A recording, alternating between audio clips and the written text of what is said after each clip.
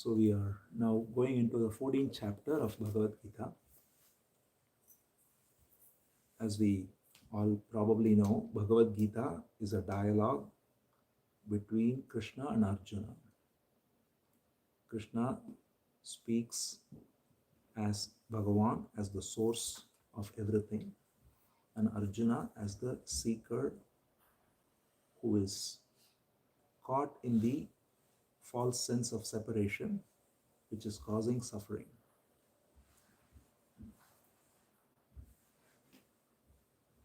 So when we look at Arjuna's predicament, it is the same predicament for everyone who is caught in the battle of life.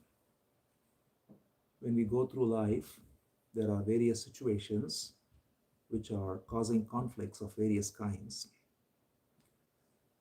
And all these conflicts are rising because of the sense of separation as me. So if we look at it very simply, as we discussed before too, if you look at every little baby, a little child, up to the year of maybe 2 or 3, there is no sense of me in a baby, in a child. All activities happen,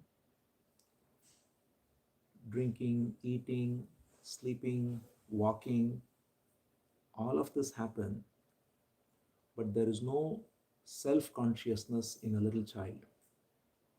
And therefore there is just this pure innocence that is there, and that is always drawing us all. That is why everywhere we find a child to be so beautiful, regardless of whichever culture, language, race, nationality.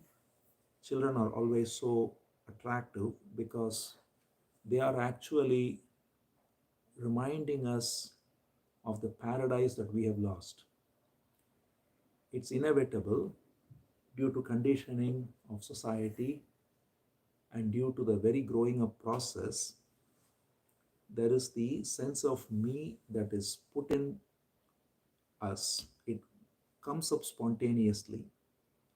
Everyone has a sense of me that gets identified as the body and the mind.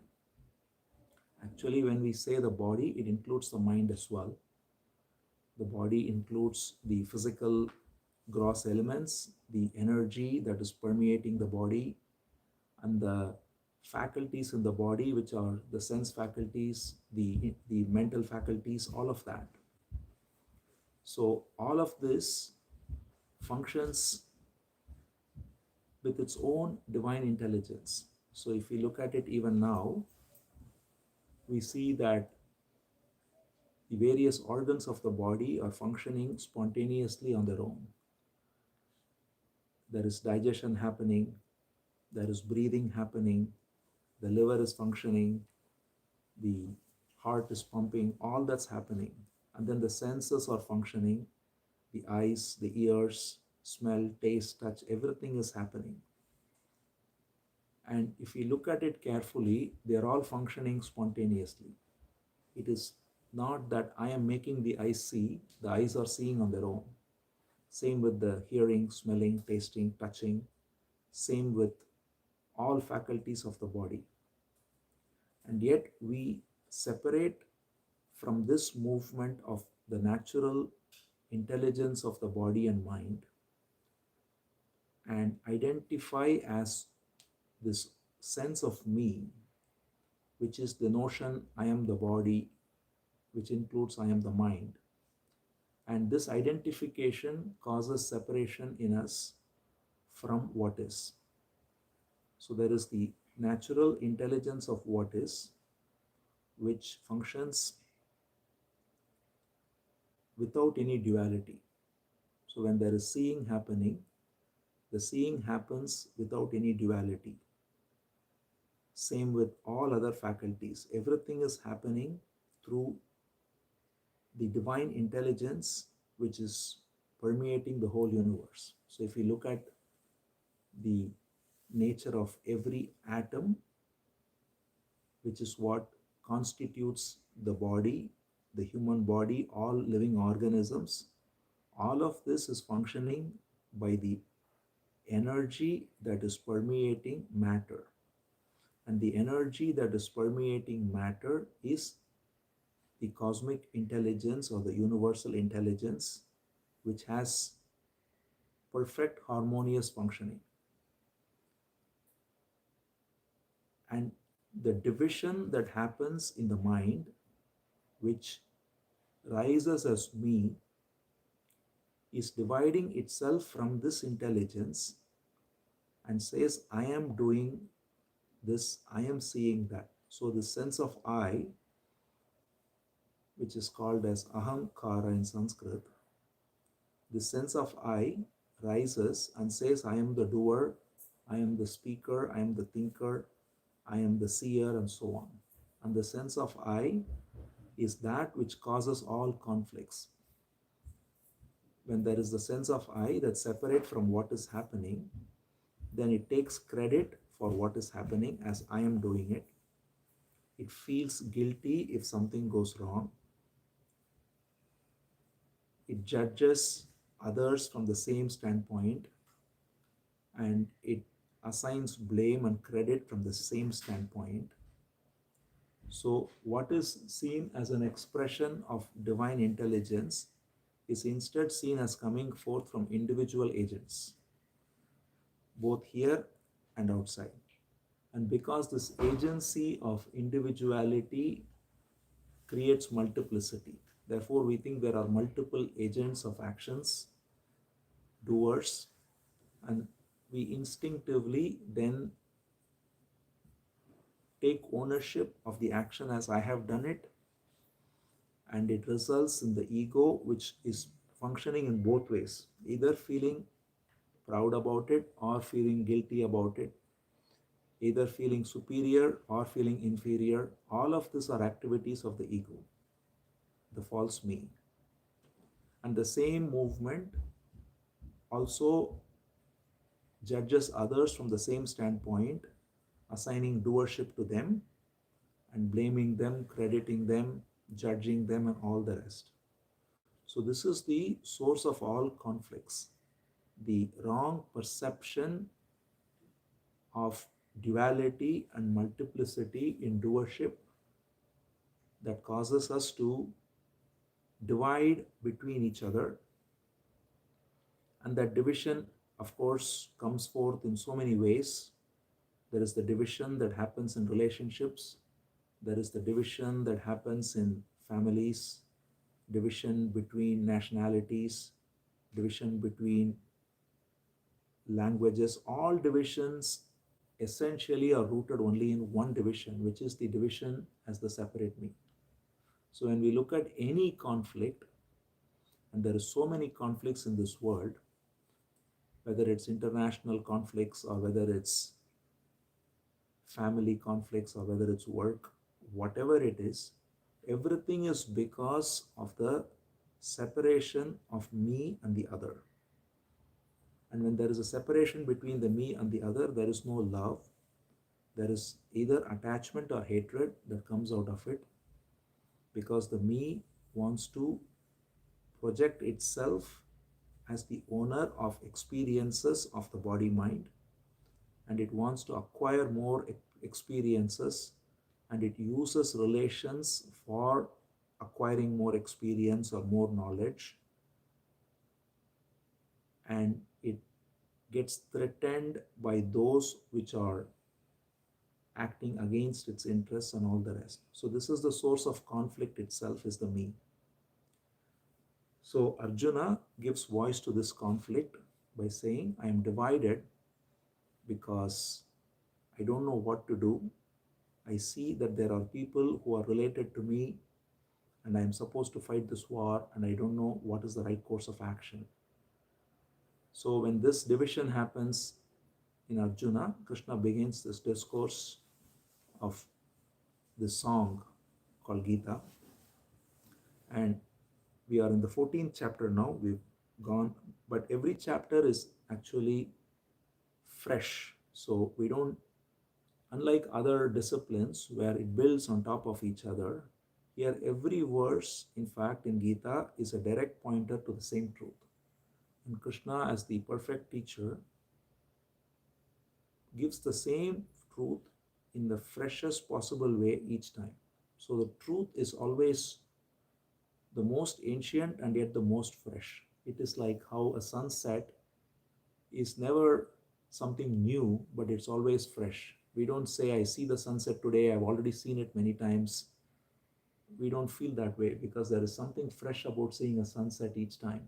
So, true, whereas the duality of new and old, if something new comes, it stays new for a little bit and then it grows old. So, that is always in the movement of time.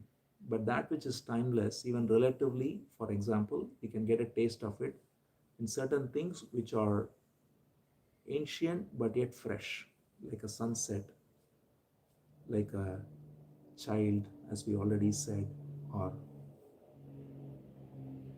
anything that's awe-inspiring in nature and so on. So similarly, the teaching, which is the pointer to the most ancient wisdom, is also ever fresh. And the freshness of it is seen only when we also listen to it in a fresh way. So, for example, even the same example of a sunset, if you look at a sunset and say, oh, I've seen many sunsets, what is there today to see? Then there is going to be no joy in that sunset, no freshness in seeing the sunset. If we see through the image we already have of sunsets, then we are only seeing through the image into the sunset. We are not actually looking at the sunset. But if we just look at the sunset, there is no division there. Then there is nobody seeing the sunset, there is only the seeing itself. There is no division between the seer and the seen, there is just seeing. And there is freshness in it. The same freshness is essential in listening as well. In any listening, especially in listening to the teaching of Gita or the teaching of any such highest pointer on self-knowledge. Because the mind may have gathered knowledge from the past, and that knowledge may have formed images of what is truth and what is the nature of the self. And all that knowledge can actually act as a hindrance in listening. So just as seeing a sunset without an image is essential, listening to any teaching fresh without any image of the past is essential. It's what's called the beginner's mindset. We listen to it each time like a beginner. We speak about it like a beginner because each moment is fresh and it's always fresh to look into it. So even in Gita, every chapter begins in a fresh way, and Krishna gives the same beautiful teaching in so many different ways. So here also, very appropriately, Krishna says, I again tell you the same teaching. He begins by saying, Param Bhuyaf Pravakshami. Bhuyaf means again. So it is not something new, but it is fresh. I am giving you the same truth again, O Arjuna. That wisdom by which one can be completely free of false identification. So far, Krishna has already spoken of the three gunas. So when we go into the gunas, what's important to recognize is the gunas stand for attributes. That's what it means, or qualities, we can say. So the divine Shakti, as it's called, the power, the energy that permeates the universe, has different qualities to it. Primarily, it has three qualities, it is said. So we'll go into that in this chapter. That's the essence of this chapter.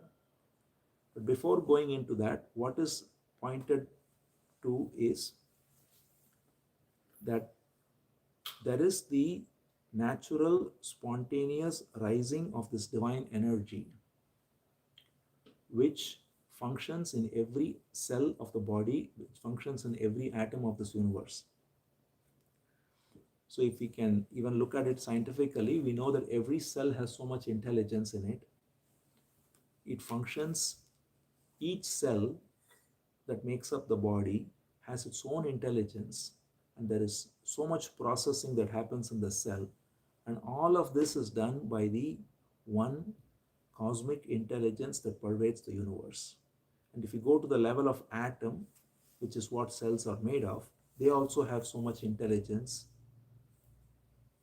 and that intelligence is called in Sanskrit as Prakriti. Prakriti means nature. Nature also, the beautiful word itself in Sanskrit, every word contains the meaning in the word itself. Prakriti means that which is done perfectly. Kriti means that which is done.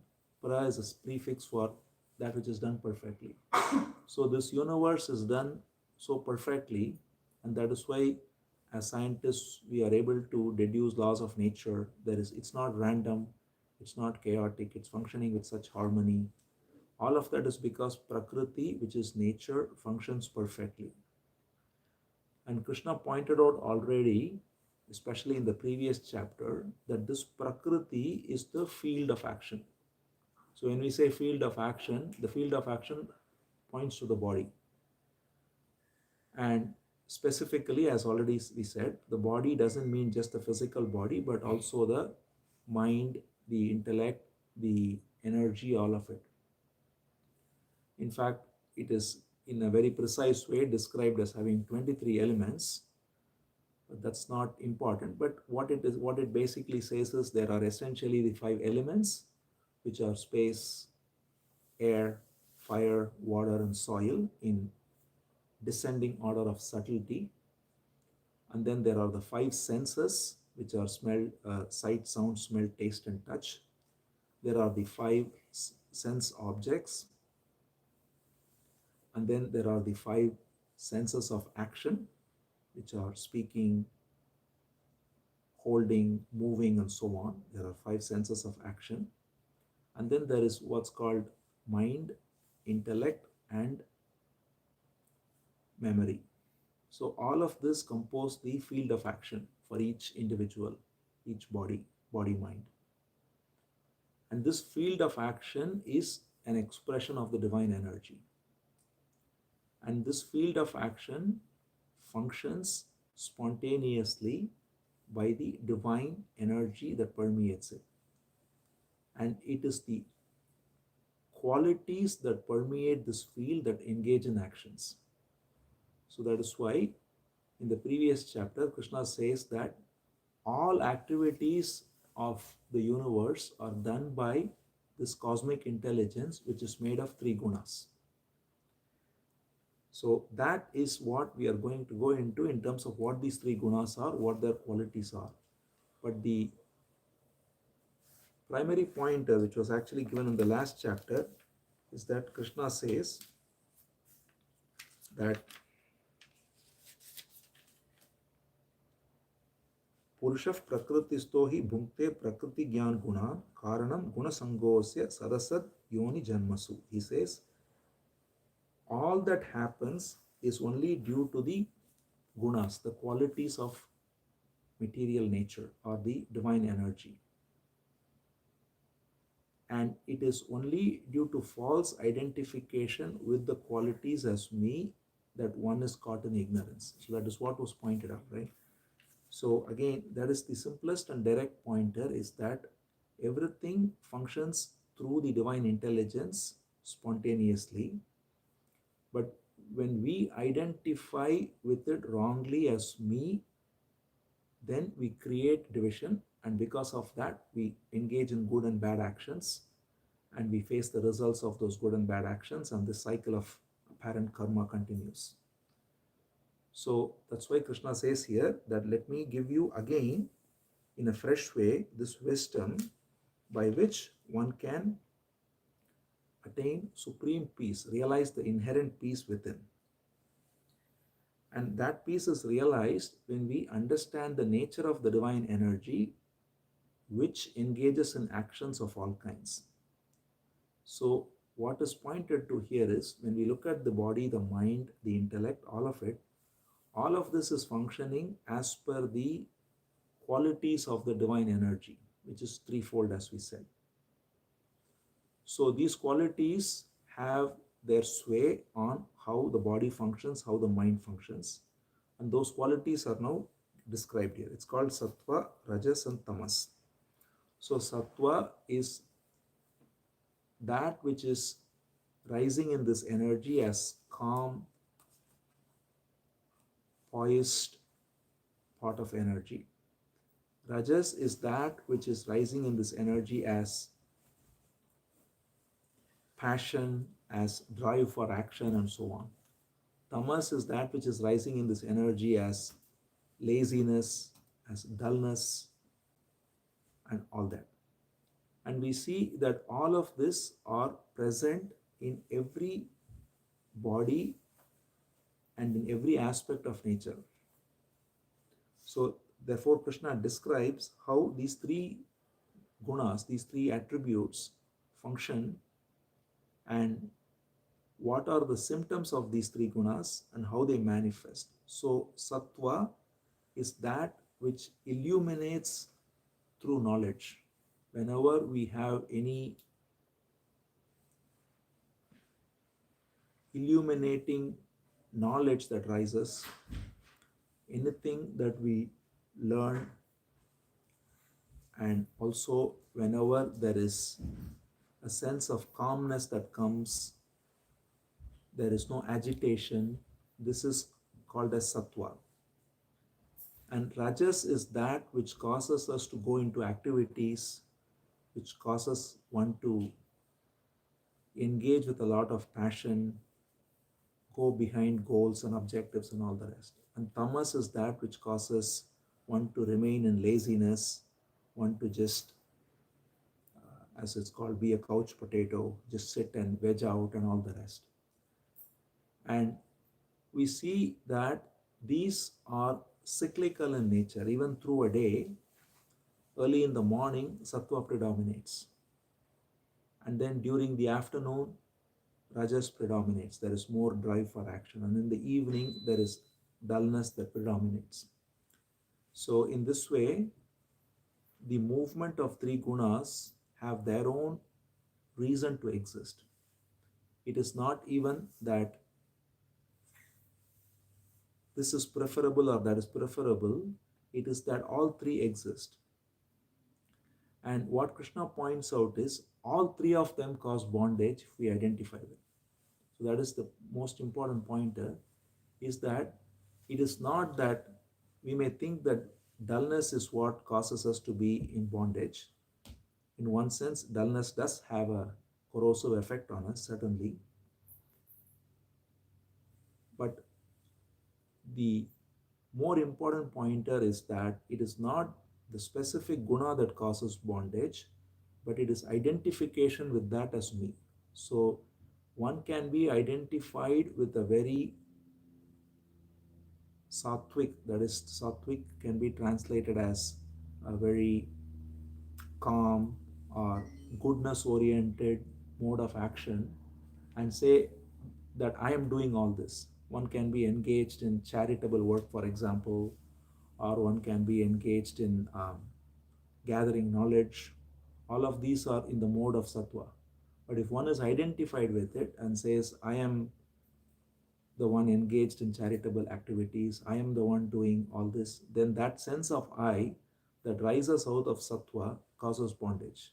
Because then we take ourselves to be the doer of the action. Same thing with Rajas, where there is a lot more propensity to action, because Rajas pushes one to act more, to chase goals in this world and all the rest. And therefore, one then gets, if one gets strongly identified with that as I, and that's very predominantly seen, right? There is a lot of that going on, where the society, also the conditioning, encourages people to be a go-getter and just identify with going after results and pushing hard and all the rest. And that kind of identification again causes bondage in a much stronger way. And then there is the energy of tamas, which is also seen a lot, where one just simply sits and consumes content. And these days it's of course very unfortunately pervasive, right? When we have social media and we're just sitting and one is browsing content, and even such products encourage such addiction, and then one gets addicted to whatever it might be, either substances or media or just simply eating and sleeping. So when one is identified with that kind of an energy which is very dull, that also creates bondage. So whichever way we go, as long as we identify that I am the doer of the action, then it causes bondage. That's why in the third chapter itself, Krishna points out the highest point again, where he says, Prakrite kriyamanani gunai karmani sarvasha. So he says the gunas of Prakriti do all the actions. Ahankara vimudhatma karta ahamiti manyate. The ignorant person who considers himself to be the doer identifies as the doer of the action and thereby suffers. That's the simple and direct pointer. And therefore, it is not the guna itself, but the identification with the guna that causes one to be in bondage. So when we recognize this, then we see that no matter what action happens, to wrongly think of us as the agent of the action, as the doer of the action, and as the enjoyer of the results of the action, or the sufferer, whatever it might be, that duality is caused due to a separation from what is happening. So when action happens, any action happens as a spontaneous movement that comes through a whole bunch of processes which are all part of this divine intelligence. So for example, even when we have to speak, there is so many processes that are happening in the body at the cellular level, at the levels of various organs, and all of that has to happen in coordination for words to come out. And yet, as an ignorant person, if one thinks I am the speaker and I am therefore such a good speaker or I am a bad speaker, whatever judgment one has, then that very division from the speaking as the speaker causes suffering. So that is the very simple, direct pointer that is there in Gita again and again and again. So this activity can be in any mode. And it is not that one can always be in Sattva mode. The gunas have their own cycle. So as we said early in the morning, Sattva can predominate and the body has its own energy, it's very calm, and there is a lot of sense of peace in the body because the gunas are in that mode of peaceful equilibrium. And then spontaneously as the day progresses, the gunas get into the mode of more activity, the effect of the sun and all the rest. It's such a divine, perfectly orchestrated system. That's why even if you look at our digestion, the digestion is best in the afternoon. That is why Ayurveda says eat your best meal when the sun is at its zenith, because the whole intelligence is so coordinated. Our body is connected to the whole universe. The intelligence permeates the whole universe. And when the sun is at its peak, the digestive fire at its maximum, there is more energy in the body and there is more activity that happens and digestion happens. So there is a rajas in the body rising on its own. And then as nightfall comes, tamas comes, there is sleep comes because of that, and one needs that sleep to, the body needs the sleep to get the rest. So this cycle of gunas happens in everyone. Of course, in some, certain things may predominate. For instance, in some, sattva predominates a lot, and which is to say, some may live through the day without much agitation and remain in a poise and so on. And there are some who are very agitated, fright. The moment they get up, they are active and they want to think and act and all the rest. And there are those who are very dull. They are, even in the middle of the afternoon when the sun is bright, they just want to sit down and rest or something. And the and that's why Krishna says each guna will come and overtake the other guna. He says sattvam rajas tama iti gunaha prakriti sambhavaha. In fact, another verse, he says rajas tamascha abhibhuya sattvam bhavati bharata rajas sattvam tamaschaiva tamas sattvam rajastata. That is, when rajas rises, it will predominate over sattva and tamas. When there is activity rising, when the body, mind, senses, the energy to act rises, it will predominate over being both in poise or being dull. When there is poise rising early in the morning, there will be no inclination to either act or be dull. And when there's dullness, sleepiness coming in the night, let's say, there will be just that, and that will predominate over anything. But all three are happening on their own. So the highest pointer here is therefore not to identify with it and say, oh, I should not be in tamas, I should be in rajas, or I should not be in rajas, I should be in sattva. Because this identification is the problem, not the gunas. That is the most important pointer for us to recognize, is that the gunas have their own natural intelligence. When we identify with it, we will reinforce it, and that is where a lot of abusive behavior comes and all the rest. So for example, if someone is identified as being very tamasic, that is, one is identified with either substance abuse or addiction to devices or all the rest, then they build an image around it, and that image is self-fulfilling and it constantly drives them to that addiction. Similarly, when one is identified with rajas and says, I have to, there are people like that, they want to squeeze the most out of every day and just be as productive as possible and constantly looking for productivity hacks. But they are identified with it, and therefore they are constantly judging themselves, and they are trying to see that I have to do this, I have to do this, so this more. That is just as binding, causes bondage, as the one who is in tamas, who is just dull, and outwardly this fellow may produce more results. Let's say if someone who is in rajas may produce more results, but the bondage is still the same, because one is identified with the gunas as me. And so he thinks I am the doer, I am the one who makes things happen, and all this identification with the I causes one to be stuck in attachment and in bondage.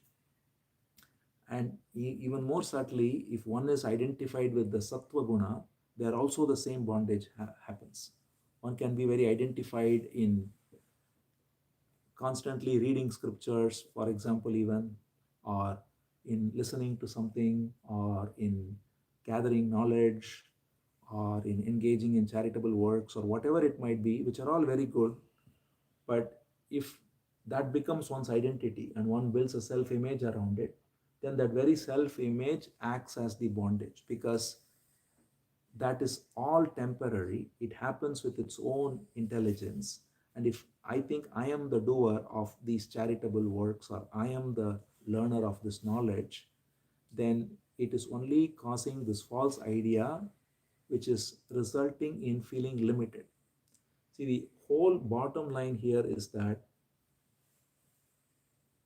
no matter what the guna is, as long as one identifies with it, one feels limited, because every guna is identified only with the body.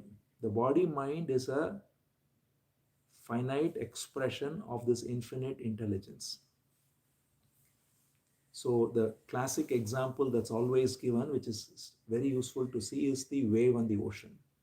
So every wave is a finite expression of the infinite ocean. Here we are taking the ocean to be infinite. The ocean is really not infinite, but just for this example, let's say the ocean is infinite relative to the wave. Now, the wave, no matter what the wave is, it can be a very calm, nice wave, which is a sattvic wave. It can be a fierce wave, which causes a cyclone or even a tsunami, or it can be a very dull wave, which is like nothing. It has no energy to it. But regardless of the quality of the wave, if the wave has the self-consciousness that I am the wave, that's the problem, right?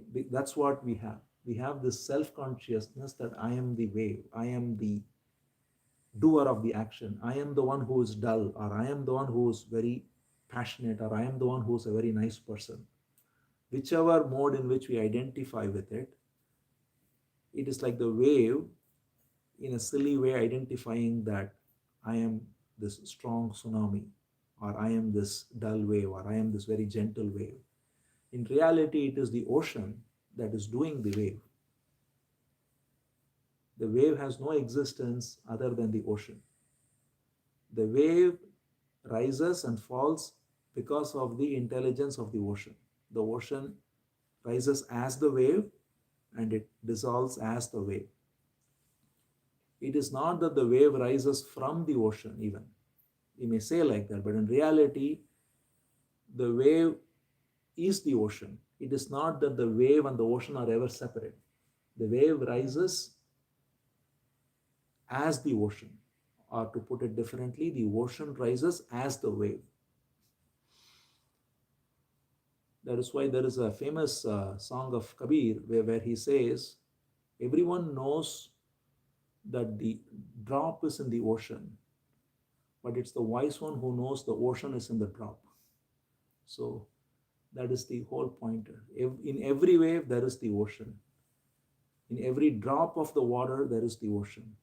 And if we think the ocean is separate, I am the wave which is separate, and I have to become the ocean, this is the duality that causes seeking.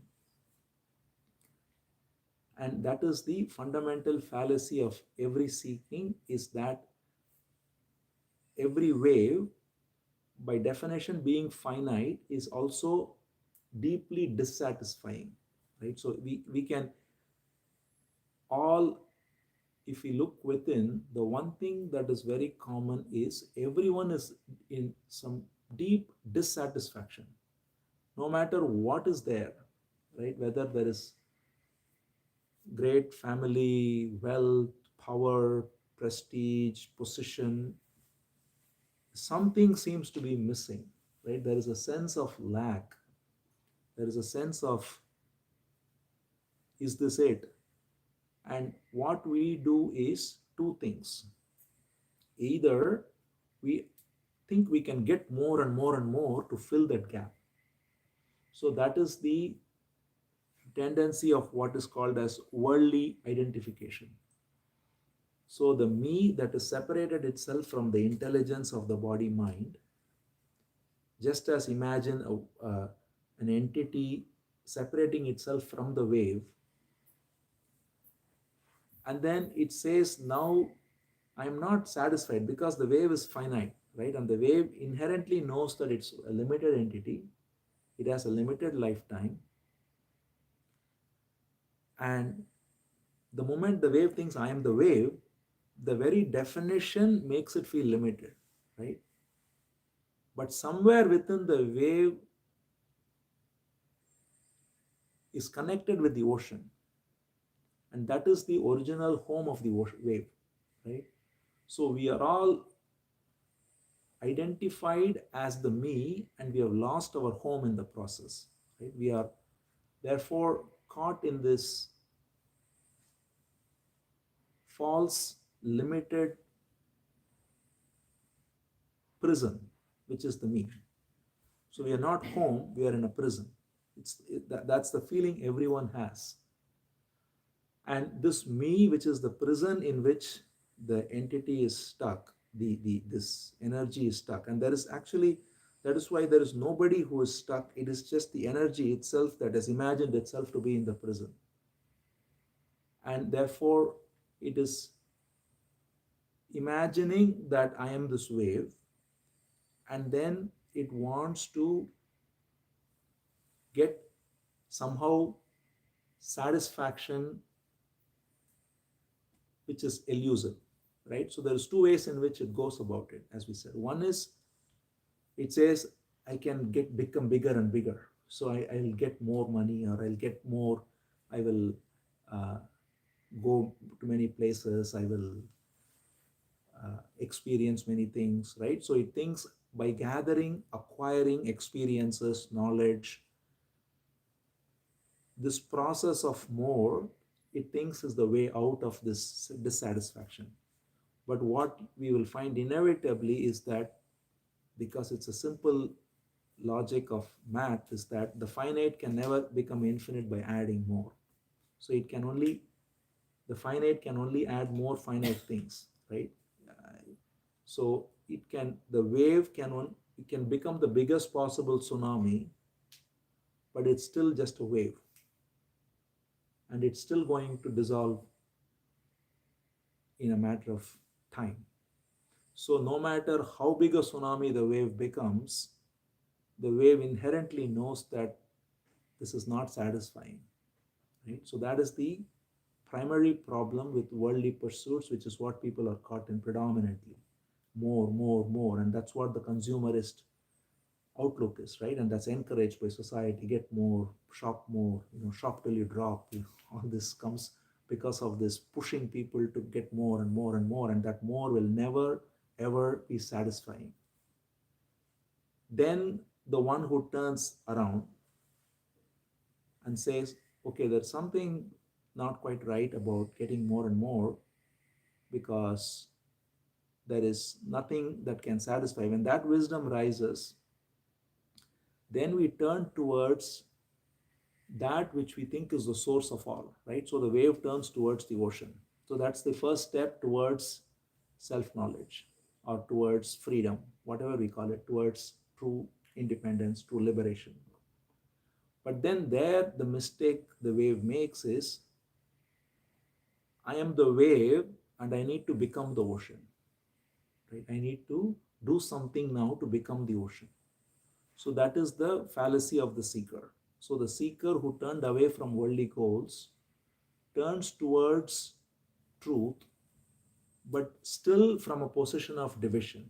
He thinks I am separate, and I have a sense that there is something from which I have come forth, which I call God, or whatever term one may use. And now I need to realize God, or I need to attain God, or I need to become one with God, right? But the fallacy there, as we can see from the example, is the wave can never know the ocean, the wave can never experience the ocean, the wave can never understand the ocean, because the wave is already the ocean. So the only thing that the wave needs to recognize is it's already the ocean. Not that it has to do anything to become the ocean, or to realize the ocean, or to experience the ocean. So that is why the entire wisdom is got nothing to do with doing. There is nothing to be done. Doing is always in time. And time is never going to give freedom. See, because a wave through time can only become a better wave. And no matter how better a wave the wave becomes, it's still a wave. But the wave, even before it wanted to become better, was already the ocean. But the wave has lost track of that. So that's our condition. We think I will do, then there are people who give steps, and we have to go through this and go through that, without asking the simple question, who are you right now? Right? That is the core point. That is why the question, who am I, is shown by the real guru. There are those who will give so many steps for this false wave, right? Or they will say, you have to do this, you have to do that, you have to do this, you have to do that. And that only adds more burden to this wave. And it also not only adds burden but furthers and strengthens the false idea that I'm the wave. Whereas the only thing that needs to be recognized is you are not the wave even now. There is no you, there is only the ocean. And that is the direct pointer of every verse of Gita. So, what Krishna points to here is this intelligence of the three gunas, they operate on their own. Just as the wave functions on its own, we are all a wave in this cosmic ocean of intelligence. And that wave that is functioning has its own intelligence. But here is the very interesting part, which is that unlike an ocean and a wave, here in this cosmic ocean of intelligence, in which rises waves of various entities, there is also the spontaneous rising of this idea of separation. So it is not that one willfully thinks separate. The separation is also coming up spontaneously. That is the mystery. That is why it is said that the very ignorance is coming from the divine, Tirodhana. So that when we recognize that, that very recognition is grace. So the source of ignorance and grace is the same ocean. So it is the same ocean that comes up as the wave, and then it gives the false idea to the wave that I am a separate wave, but it also presents the possibility to recognize that I am never the wave in the first place, I am always the ocean. So this is the mystery of this whole apparent creation. So when we gather together in satsang, it is the place of grace, that's why. Normally when we go about in the world, it is where ignorance predominates, because everyone is this me talking to me. Right? That is what happens in the world. When we go to work, or when we go to when we watch the media, when we engage with the man on the street, normally wherever we go, it is, as a friend likes to put it, ego-g talking to ego-g. And even if they respect each other, it is a false respect coming out of separation and coming out of fear. So it's me talking to me. And every me is in a prison. And it is always insecure, therefore. So there is inbuilt insecurity, and therefore a desire for acquiring more, attaining more, fear of losing what is already there. All of this is inbuilt in the me, right? And then when the me relates to me, there is more conflict. So that is why there is all these wars we see. People always ask, why do people fight? It's a simple answer. It's just because everyone is caught in the me. And when the me is so powerful, it always wants to find something to secure itself. So one says, I am this religion, or I am this nationality, or I am this or that, and they hang their hat on this as the me. And the me feels very good about it. But then it's always threatened too, because someone else says your me is very wrong, my me is the right me. Right? So then they're clashing, they're fighting. So one waves one flag, another waves another flag, right? Or whatever it is. One says this is how heaven is, another says this is how heaven is. Whichever way it goes, it's the same division between one me and another me. And that happens also in the house when, for instance, when there are two people living in the house, it's again the image formed by one and the image formed by the other, which are talking to each other. And one wants to use this and this wants to use that, and there is always conflict. But so that all of this is happening spontaneously. That is the thing to recognize. It's that it is the way it is for whatever reason, and there's no reason to speculate on why it is. It is the way it is. As once the Buddha said, if an arrow hits you, don't analyze why the arrow hit you. Figure out how to get out of it, right? So it is the way it is. So that is the play of Maya, the play of the divine, whatever, because that goes, keeps the drama going, the play going, whatever it is. It is part of the cosmic play. But the same cosmic play also has this energy called grace, which is called anugraha. Anugraha in Sanskrit, again, every word in Sanskrit has the meaning built in it. Anugraha means that which pulls itself towards the source. Graha means pulling, anu means towards. So anugraha means it pulls itself towards the source by revealing that you are the source already. That is the highest recognition. So that recognition that the very separation as me is false and you are already what you are looking for is grace.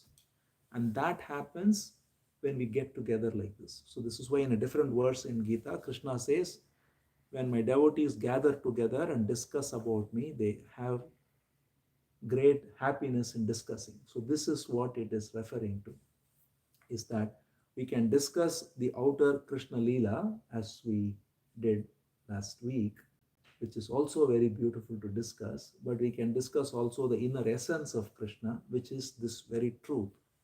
And when we recognize this, then we recognize that there is nobody here other than the divine. Whatever we call it, if someone wants to just call it the universe, that's fine. Like some people say the universe spoke to me, that's fine. That is equally valid because it is all the same thing. If you don't prefer the word God, you say universe. It's essentially, the word is not the thing.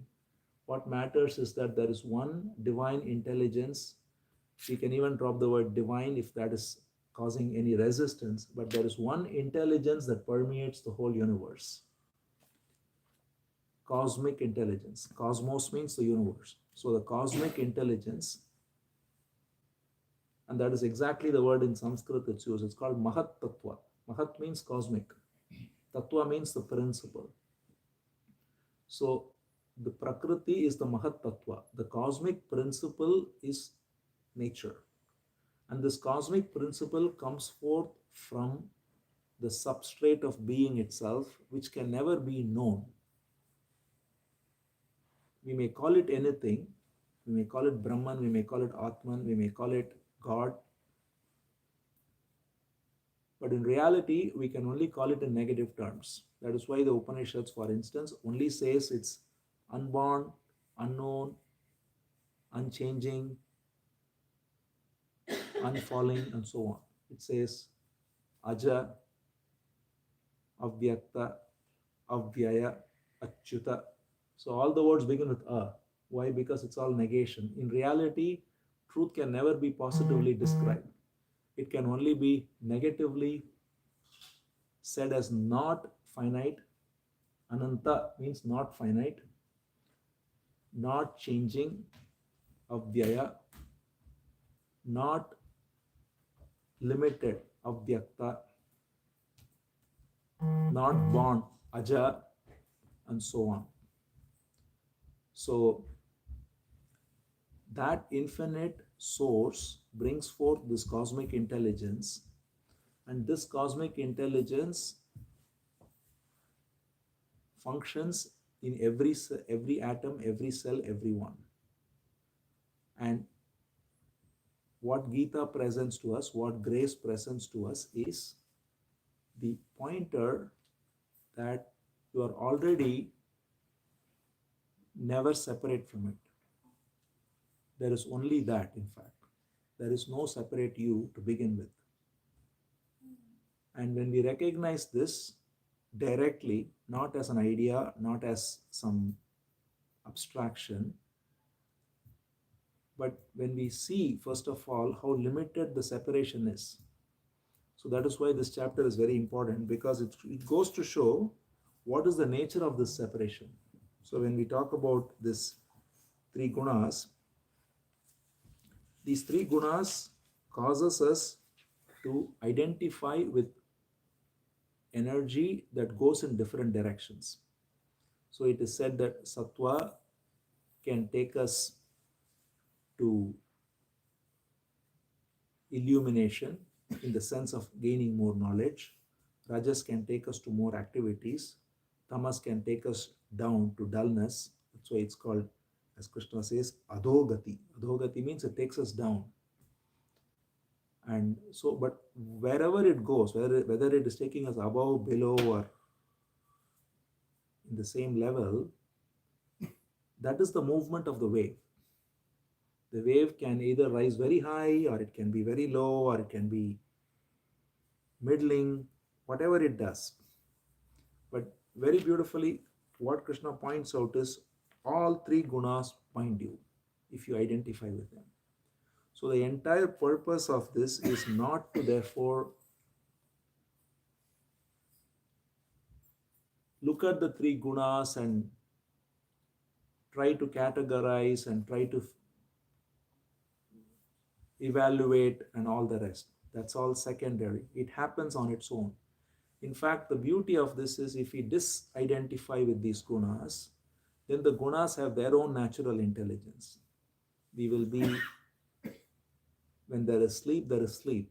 Tamas can take over and sleep comes. When there is activity, Rajas can take over and activity happens. When there is Sattva, there is Sattva. But there is nobody sleeping. There is nobody acting. There is nobody learning. There is, in simple words, there is only doing, there is no doer. That is the essence of this whole chapter, is that the gunas are the doer.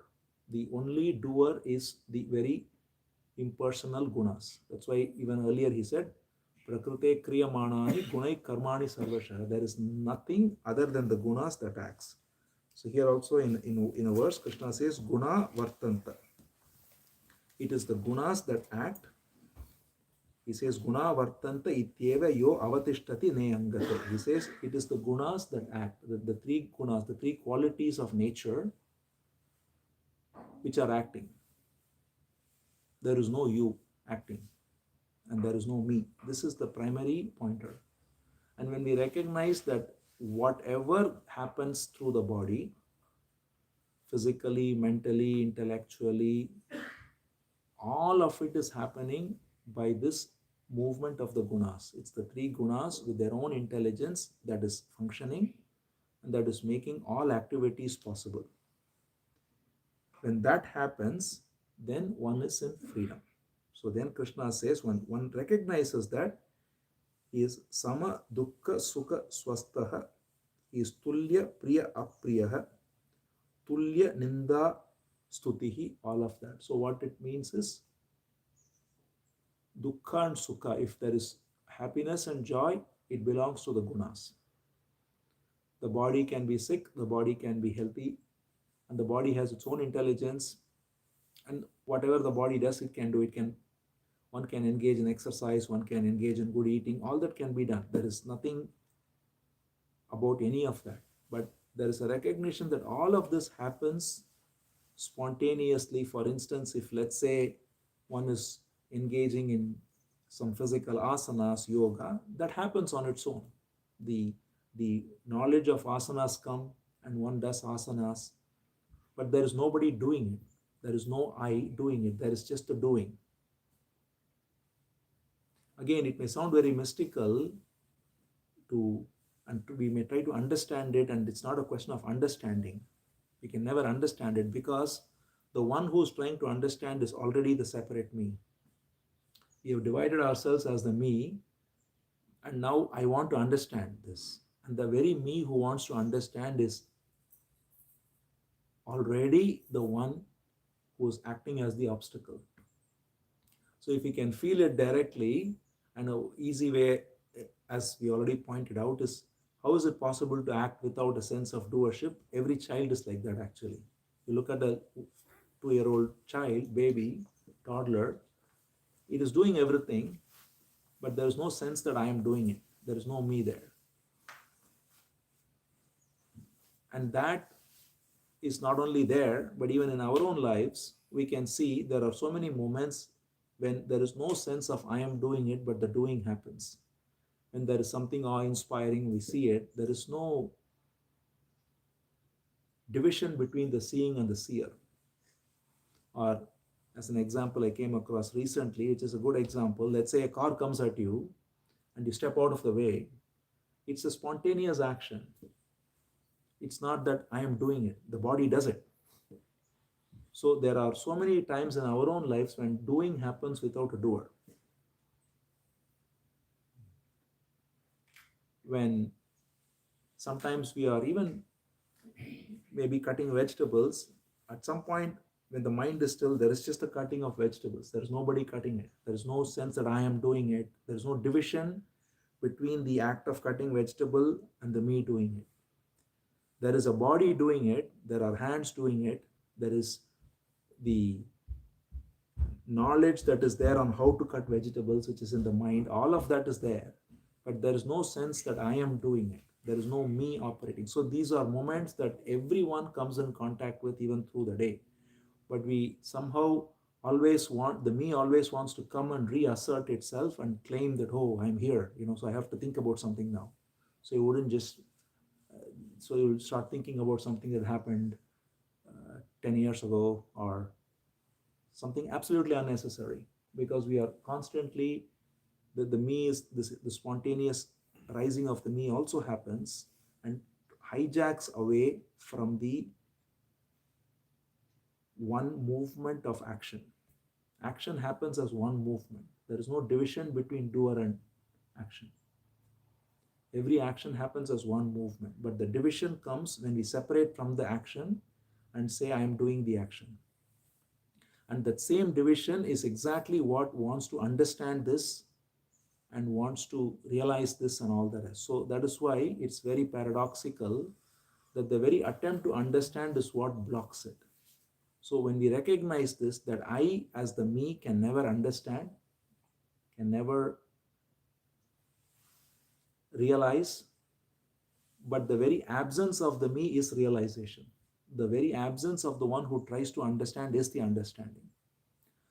So that is the conundrum or the paradox here, and that can be, if one sees through it and gives up this urge to figure it out, gives up this urge to understand, and recognizes that there is nothing to be understood. That's why there's nothing to be figured out, because the only thing to be figured out or to understand is this very understanding that the one who tries to understand is the problem. So if you recognize this and just let the body function with its own intelligence, then that very functioning is the functioning of Ishvara, of the supreme order. So the word Ishvara in Sanskrit, in fact, very beautifully means the order of the universe. That which maintains order in every cell, every atom, every speck of this universe. So that's why every word is very important. Sometimes when we use the word God, it might immediately create an image of someone sitting up in the sky and controlling. And that is not the sense at all of the word Ishvara. Ishvara means who is the order of the universe. The very order of the universe is Ishvara. And that order is what is functioning as this body and that body and this microphone or this phone or whatever it is. And it comes up in different ways. So this false sense of me that's rising and claiming ownership of the three gunas is the only problem. So Krishna says here, therefore, when one is not identified, then he becomes all this. He says, Tulya Ninda Stuti. That is, when someone praises or when someone insults, it doesn't affect, because there is nobody there to be affected. As long as I think I'm somebody, there can be some reaction to either flattery or insult. When there is a direct perception that there's nobody doing it, then it all goes to the same source. Whatever happens, all credit goes to the same source, all blame goes to the same source. So there is nothing here to claim any credit or any blame. Same with, he says, Samadukka Priya Apriya. There is no dear or not dear. And there is no attachment. There is no raga. So the word raga means literally attachment. That's why when we have attachment, then it causes us to get, and the attachment is sourced in me. When we have the sense of me, attachment rises. And because of that, we have this. But when that's not there, Then Krishna says, Mana apamanayo tulyaha tulyo mitra aripakshayo. So there is no mitra ari. Ari means enemy. Mitra means friend. Then there is no uh, friend or enemy because everyone is an expression of the same divine. There is no mana apamana. There is no such thing as, again, mana apamana means to be either glorified or to be insulted.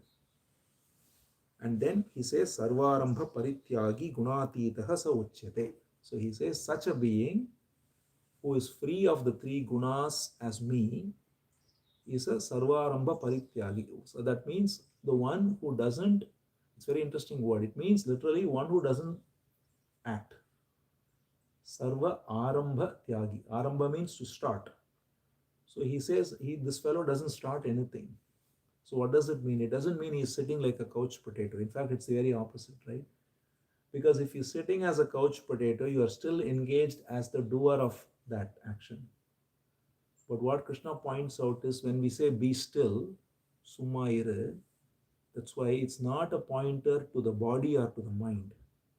The body and the mind have their own intelligence. They will keep doing what they are meant to do. That's why when sometimes people get this conflict, Krishna says in one verse that the body can never be still. And then we have this instruction, be still. So isn't this a contradiction? But actually they are perfectly in harmony. That's resolved in this chapter. Krishna says the gunas can never be still because the nature of gunas is to move. They will always move. Every moment the body is changing. Science shows that the cells of the body are changed every few months actually. So there is so much movement in the body at the cellular level, organ level, all the levels. Nothing is the same even the next moment. But the sense of me, which is identifying with the gunas and moving with it, that is what is told, be still. Chumma or be still means don't move with the gunas as me. Don't rise as me and then you think you are doing the actions. Then you are moving with the gunas. You're creating a me and the me is then identified with the gunas and therefore it's moving with the gunas. That's our condition normally. So what Krishna says is the gunas are always moving and the pointer is you be still. That is which is a different way of saying there is no you. There is just the gunas that are acting, and that which is the ground from which action comes forth is the real you, which is not a matter of experience but simply being. So that's why to be still is to remain as the source. When we don't identify with the gunas and we don't move with the gunas as me, then there is a stillness. Actions happen. The body can do whatever it does, but there is a stillness in which these actions happen. That very stillness is the ground of being itself. And that very stillness is the true self, one can say, or true being, or the source, whatever term one uses. But that can never be objectified. That is not a thing. That is not to be understood. That is just what is when the false identification with the gunas goes away. And that removal of false identification with the gunas is the essence of Gita itself. So in this chapter, when Krishna describes all the three gunas, he concludes again very beautifully by saying why gunas cause bondage. First, that was the first portion, what the gunas do, and then describing how one can be free of the gunas and what is the nature of the one who is free of gunas. And that's what he said now, as we saw. He is same in pleasure or pain, in praise or insult, in with friend or enemy. There is no such thing. And he is simply abiding as the source. It's the wave that's simply abiding as the ocean. And then the ocean can continue to wave or doesn't wave. The wave becomes bigger, smaller, then it's all the intelligence of the ocean that does it. The wave has no sense of agency, and it doesn't matter then. So that's why it is not a matter of the intellectual capability or the practice or the knowledge or reading. None of that, in fact, all of that can actually be a source of bondage. This direct pointer is simply to recognize that all of that, all the intellectual capability, all the knowledge one can gain by reading scriptures, all the so-called sadhana one can do, all of these are actually done by the gunas. Even before everything started, you are already that you are looking for. You are never anything other than what you are looking for. So therefore, it's not that duality becomes non-duality. It is non-duality through and through. Duality is only an illusion. And that's why there is no such thing as a separate jiva. It's not that there's many who say that jivatma becomes paramatma or something like that. That is not what Krishna says. That is not what the pointer. The pointer is that the jivatma is paramatma always. There was never a time when the wave was not the ocean. There is no action needed by the wave to become the ocean. Similarly, there is nobody here other than the infinite. It is the infinite that is waving as apparent individuals. And when that direct perception goes to our heart,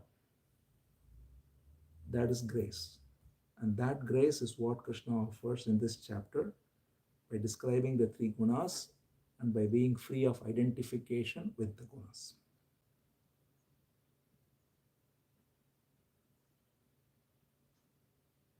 You can take any, if there is any comments or questions, most welcome. So to take a practical application of what we just talked about, yeah. Are we supposed, is it okay to, by being aware that it's not us doing it, but when the intelligence deems certain things which are done, yeah. Is it okay to use our mind and body to make sure that those are good things? Yeah. That's okay. Absolutely. Okay. No question about it. See, it's always better to, like I take a simple example. It's always better to eat salad than eat French fries, let's say, right? There is no, that intelligence is there in the body, right? And it's in the mind. So let's say you read something about about some health benefits of something and you eat it, that's fine. It's just that all of this happens, the very reading and the gathering of knowledge is also happening on its own, right? So if one reads something, who is reading? So there is no, there is an intelligence that's pervading the body, which is making reading happen, right? The initiative to read, the brain that is processing the information, storing it in the neurons, and then the coordination of the limbs that are necessary to convert it into action. All that is happening on its own. So there is nothing to stop. It will go on its own, and it can have its own intelligence with which it goes on. So one can then certainly engage in actions which are more healthy or more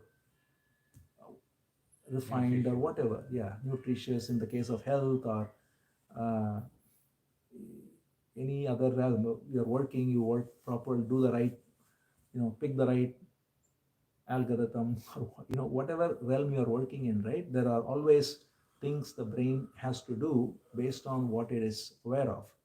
But the key recognition is none of that has a sense of self. Right. That's all. But on that note, I wonder if when things bad things get done or Yeah. unbeneficial things get done, Right. can that happen only when there is not that awareness that it is not you doing it? No, I mean, you're asking, can that happen only when, yeah, see, Do those things happen only because there is awareness that you think that you are doing it? Like, if, in other words, if there is awareness that there is no you here, will only good things happen? Is there any scope for bad things to happen? no, see, sometimes things can happen. See, first of all, the word good and bad is very relative, right? We don't know what the. I saw a funny cartoon recently, someone shared. It showed the Titanic movie, and the movie's ending is coming, and it's showing a bunch of sharks and saying, "What a happy ending." No? So it's like, what is tragedy for one is Yes, good it news is for subjective, another. absolutely. So, But I had a question, follow up for that. yeah, But even that thing which says, let me do good or let me eat healthy or Yeah. let me do that, that is also not my choice. That is my Exactly. guna story, right? That Exactly. thought in my mind is That is also what the I'm saying. guna. So I really don't have control about thinking. see, there is No control. There is nothing. there is no right? you. It's not that I don't have control. See, when you say I don't have control, it is as if there is an I who doesn't have control. That is not the pointer. The There is point no is there's I. nobody here as a separate me to either control or not control. It happens. And that happening has its own intelligence, including selecting the right course of action and all Or the rest. anything that All we the do, rest. right? Correct. Like even when you were saying, when you're cutting the vegetables, Yeah. If I'm cutting the vegetables, but there are thoughts running in my head, Yeah. but I know I'm cutting them, as long, but that is also not my, not Right. me, There right? is They're no- all correct. all Correct. just happening Happening. as it is. Happening. The only thing that is happening also spontaneously, as we said, is the false sense of me that rises and thinks I have control. See, this is where the notion of I have free will, I have control, I have this, all that comes because of this rising of the false sense of me that is separating itself from what is happening and takes ownership of what's happening. And it says, I have control, I have free will, I can do this, I can do that, and all that commentary is only for the me, which is itself happening again spontaneously, which is causing ignorance. But when this recognition awakens that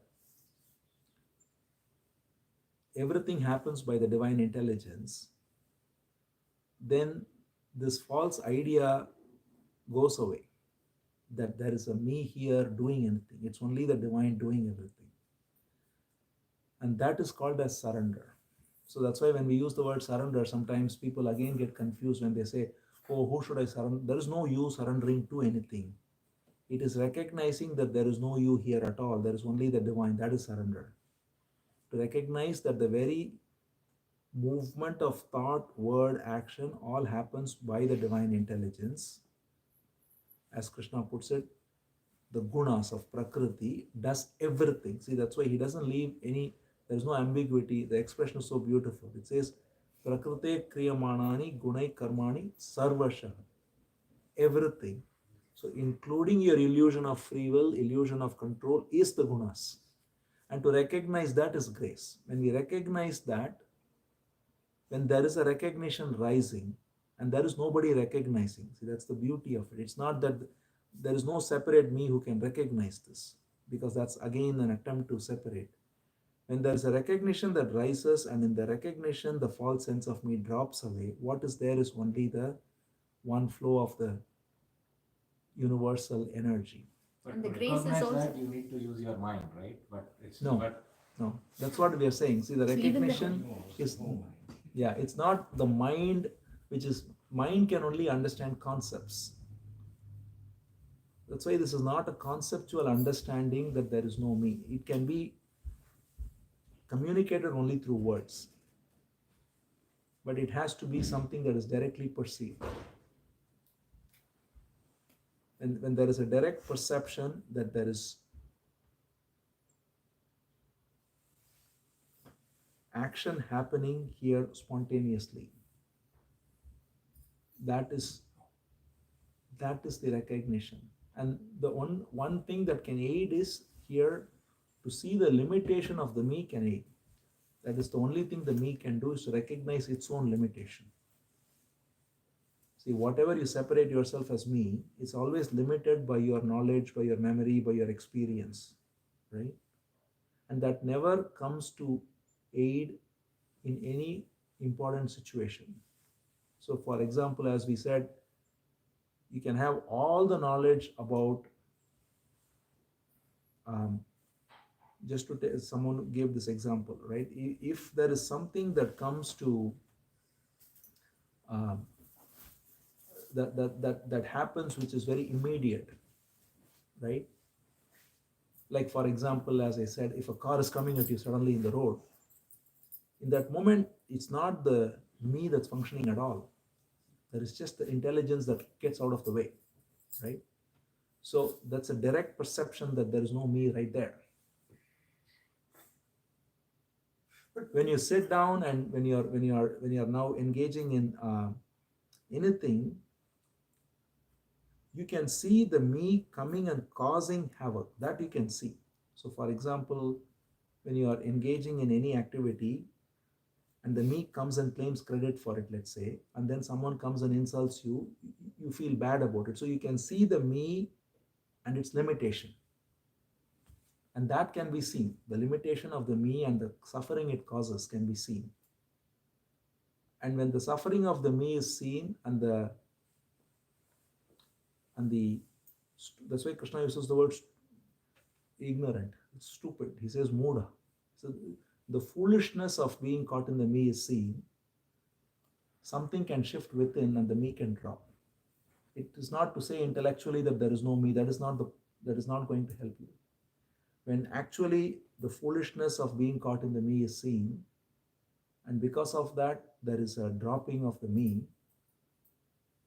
there's an automatic recognition of the truth that already there is only the divine intelligence functioning, and there is this unnecessary and unintelligent separation from the divine functioning which is happening, which is causing the sense of me. Then, sorry, you had a question. I'm just trying to think how to.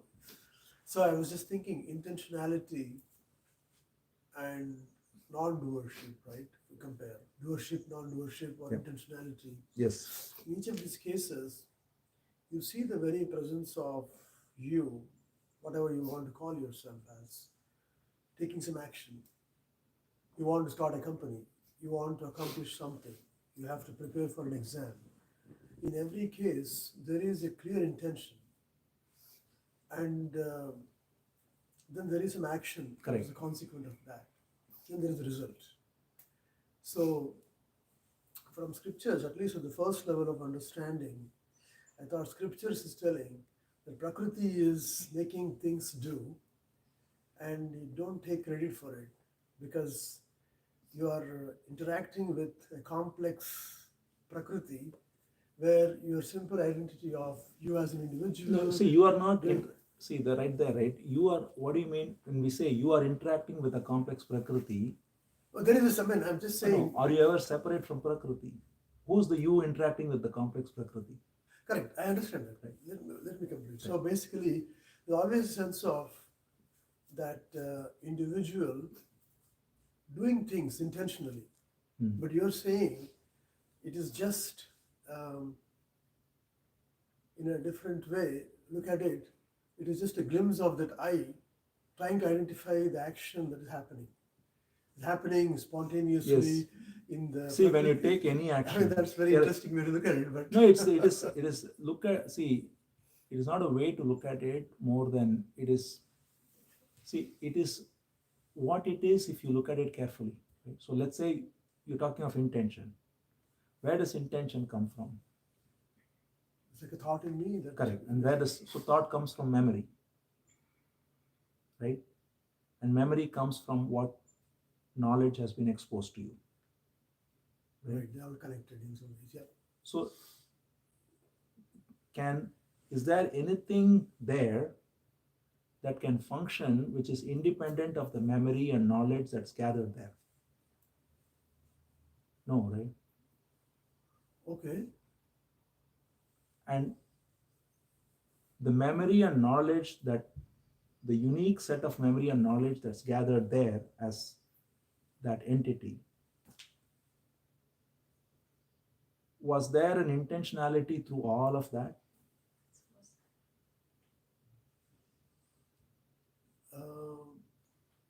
So you were born in a particular house. Right. Those You've exactly. been Yeah. no, not just that, even literally, even till the moment you came here, every moment, one is born in a particular house, one is raised in a particular family, one is going to a particular school, one is having a particular, everything is building, collecting, gathering. Right. And this is all the divine intelligence operating at the level of mind, memory, knowledge.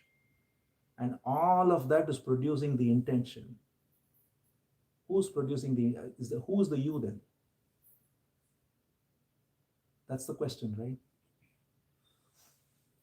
Yeah. Maybe we call it ego for now. That's all. But we can call, but there is no you. That is the point. The pointer here is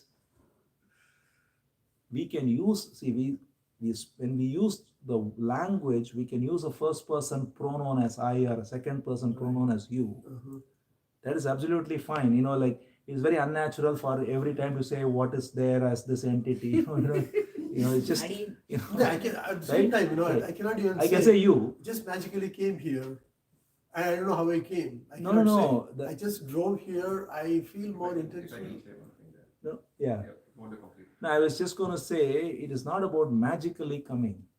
It is the fact that every intentionality, as the word you used, is coming from the ground of the memory, the knowledge, the experience which has been gathered.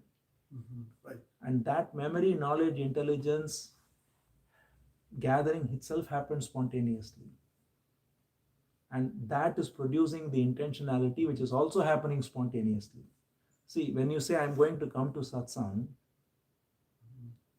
that thought that is rising, that I want to spend these 3 hours here over somewhere else, that thought is happening because of a bunch of factors which is valuing this. Now, what we do is we separate from this and say, I am doing that. But where is the, if you really look at it carefully, there is an entire collection of factors that are working together to produce that intention. Right. And that intention is valid. You didn't come magically. You did come with an intention, right? Everybody does, every little thing is done with an intention. But that intention itself is a product of divine intelligence. What we call this entire universe produces this intention. Right. So we should not identify with that. That's all. So we can say, I came to the satsang, or I, as I said, right, for purposes of communication, we can say I and you. It's not a question of twisting ourselves in linguistic whatever. But the recognition is that this is a very good question, because we actually think intentionality with me, right? But if you look carefully, what is the source of intention? There is no me there. Right? Everything, that is why people get bewildered. Once Ramana Maharshi was asked about this question, he said, everything is ordained. You cannot start that which you are not meant to start. You cannot stop that which you are not meant to stop. And people are very perplexed by it. But in reality, that's because you will start only that which is meant to be started by you because of all the experiences and knowledge and memory that you've been exposed to. So that is why Krishna says here, Sarva Arambha Parityagi, which means I don't start anything. It is the gunas that are starting, right? So your word intention is actually starting, right? That's what it is. You just said start the company. Right. So that's the exact word Krishna uses, Sarva Arambha Parityagi. That is the one who realizes that I'm not starting anything here. There is no me starting anything. That is the pointer of all of these teachings, right? When we ask the question, who am I? We are just recognizing this truth that at the level of manifestation, everything happens through the gunas, including the false sense of me. The nature of ego is such that imagine a commentator commenting about a game, and the commentator talks about two basketball players putting in that then they were successful putting the ball in the net, and that's what they talk about. But ego is very similar to a commentator, and the ego thinks that those two players put the ball in the basketball because the commentator said so. But the commentator spoke after the event. Nice. Very That is nice. awesome. That is awesome. That's an interesting metaphor. Very nice. Yeah, that's exact. That's in fact I didn't know this example. That's very nice because I always say that it is the commentary post facto which is the me. Yeah. So that you brought it with a nice example. But It is- those two basketball players Yeah. were so in the moment of doing whatever they did That's right. that they weren't two people doing anything. That's right. It was a happening. Yes. And they were so in the moment that they weren't thinking about Right. anything. Correct. And even with the players, that's why they happen, right? So they play when they play, and then after they play, they think I did that play, Yeah. right? And what that's I was doing there. right. And they make up the story. They make up the story. The story is made post facto always. When you are actually, this is in fact a great example, like we were saying, the moments we all come in contact with when there is no doer, like sports is a great example. When you're actually performing, there is no doer there. But immediately after the act, the I will rise up. So it's the commentator sitting in the commentary box is one thing, but there is a commentator sitting in the player's head too, which is the me. And he comes and says, I did this play and how good I am, or I sucked at this play, or whatever the commentary goes on in the head is exactly similar to the commentary box going on. And it's a nice example, yeah. Sorry, were you having a follow-up? Yeah. So basically what we're saying is every action, Yeah. the result of accumulated memory or a lot of other things. Correct. You don't have to take credit for it. Or The blame for it, very yeah. Identification is Correct. such a So false. that's why guna, right? So that's why Krishna says it's all the gunas, right? There are many who say, oh, you have some free will. All of this comes out of giving some provisional truth to this me, which is not there ever. See, that's why in Ulladu Narpadu, there's a verse where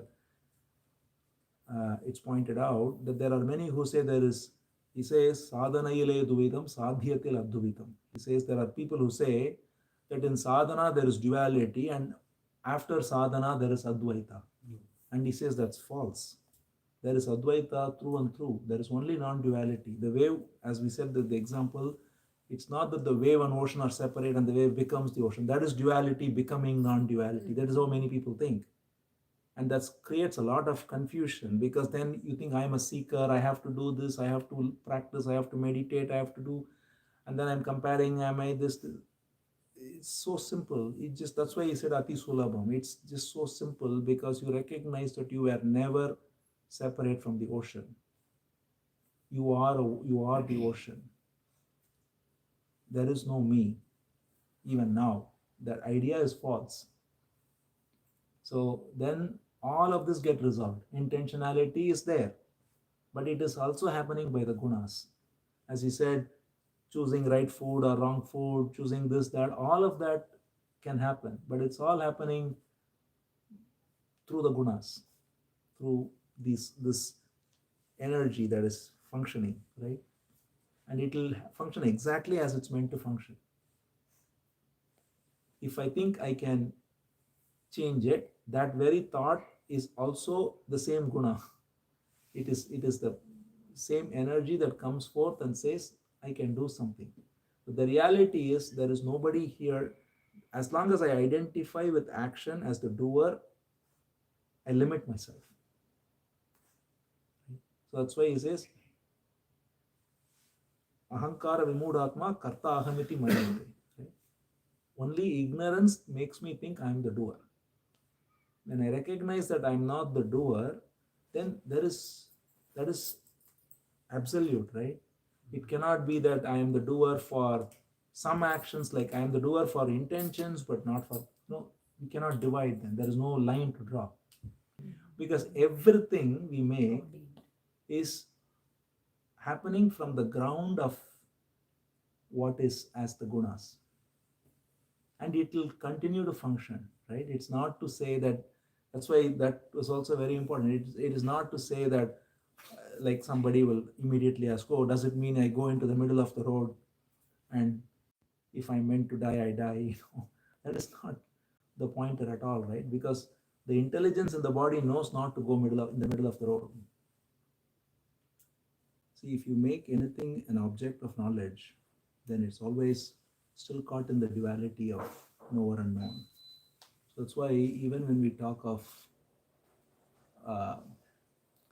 the source as self or something, it is never to be objectified, but if we simply recognize the limitation of the false, and in the limitation of the false, there is the dissociation from identification with it, then it can naturally reveal the stillness within.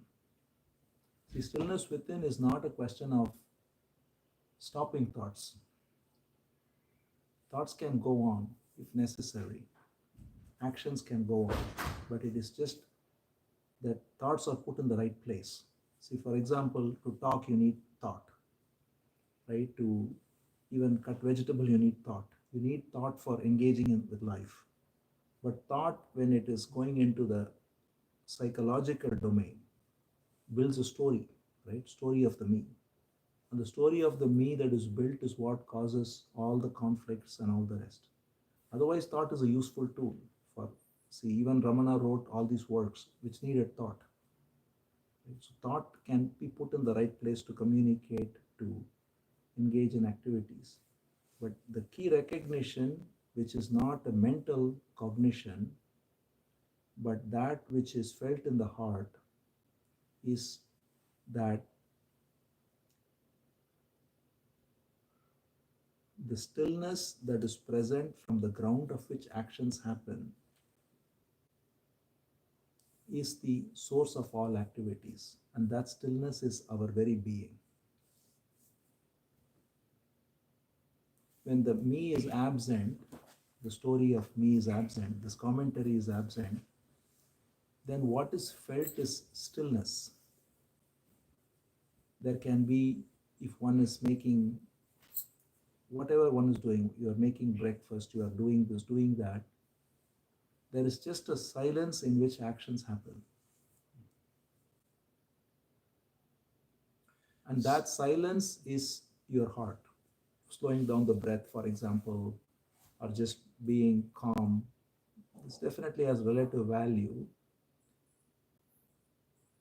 But the stillness, what we are referring to here is not the stillness that is there when the body is slowed down in a certain way through all these practices, but a stillness that can be there even when the body is engaged in furious action, let's say. See, that's why beautifully in the Gita, Krishna says, fight in stillness, right? So he's having this battle that's going to go on. It is not about, therefore, not engaging in the activities of what is necessary at the level of thought, word, or action, which can be whatever it can be, to the extent of being in a war in this case. But there can be a stillness within where there is no sense that I am doing it. And that sense of freedom from doership, like I think the example was very beautiful of, I think what you also said of the basketball player. The basketball player is still when he is actually scoring that hoop, though the body is, the breathing can be fast and the action is happening, he's thinking, he's seeing where the hoop is, the faculties of thought is working to the necessity of what is needed for that moment. Body is working, everything is moving, but there is a stillness because there is nobody doing it. That's all.